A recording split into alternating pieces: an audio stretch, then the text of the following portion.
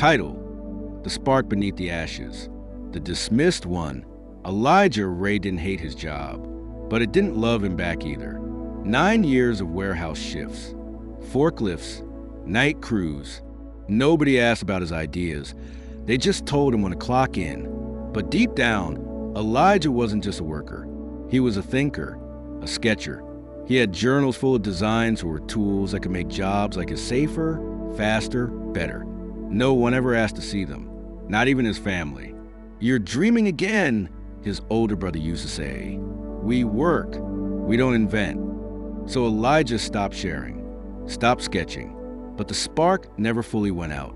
It was the overlooked heart. One weekend, at his friend's small church, the guest speaker read, "Fan into flame the gift of God, which is in you." 2 Timothy 1 verse 6. Elijah froze. Something inside him stirred like a match striking, not because he felt gifted, but because he realized he used to. That verse lit something he thought was gone. After the service, he asked the speaker, "How do you know if your gift matters if no one ever saw it?" The speaker smiled and quoted, "People look at the outward appearance, but the Lord looks at the heart." 1 Samuel 16 verse 7. And then, like God himself was aiming for Elijah's chest, he added, "Even David was left in the field when greatness came looking." It sketches in the dark. That night, Elijah dug out his old notebooks. Dusty, bent, forgotten. He sat on the floor and started sketching again. Something rough, something new, and then he prayed. Not like a man begging for validation, but like a child offering back what had always been God's anyway. "Lord, if this is from you, teach me how to carry it." The next day, he brought a sketch to his supervisor. Awkward, sweaty palmed. "I know I'm not an engineer," he said, "but I had an idea for reducing pallet injuries."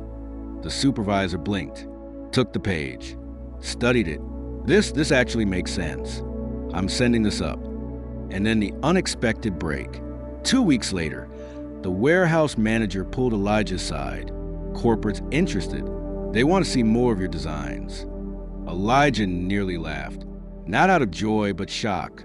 All this time, the gift had been real. What he thought was buried, God had kept breathing on. "Your gift will make room for you." Proverbs 18 verse 16. Elijah didn't suddenly become a millionaire, but he became something better, awake. He began rising early, sketching, reading scripture, thanking God for not letting the gift rot inside him. And most of all, he started mentoring the younger guys, the overlooked, the just workers. Everyday truths from the furnace. A buried gift is not a dead one. What people ignore, God often assigns. Obscurity is a training ground, not a punishment. David fought bears in secret before he faced Goliath in public. When no one believes in you, God still does. And his belief outweighs their blindness. Your gift may not look like others. That's the point. God isn't looking for duplicates. He's looking for faithful originals. Do not neglect the gift that is in you, 1 Timothy 4 verse 14. The flame lives here. It's been 3 years. Elijah now works as a consultant for a safety equipment startup. He never went to college. Still doesn't have the right degree. But they asked for his opinion. Not because he's loud, because he's lit from the inside. He teaches workshops on workplace innovation. But more importantly, he tells people this. Just because they didn't see it in you doesn't mean God didn't put it there. So here's your moment. Open the drawer, dust off the dream, return to the sketch, the sound, the plan, the page, the thing you tucked away, and ask God to fan it into flame. You'll be amazed what still burns. Takeaway for you. There is something in you that didn't come from people. So don't let people kill it. A calling, a creativity, a conviction, a burden that won't die. Maybe it's music. Maybe it's compassion. Maybe it's business. Maybe it's building. But whatever it is, God put it there. And what he starts, he finishes. He who began a good work in you will carry it on to completion. Philippians 1 verse 6. So reclaim your permission. Pick up the pen. Stand in the field. Sketch again. Because God never forgot what he put in you. And neither should you. Penned by Gary Conan Doyle. in worship of God's wonderful glory.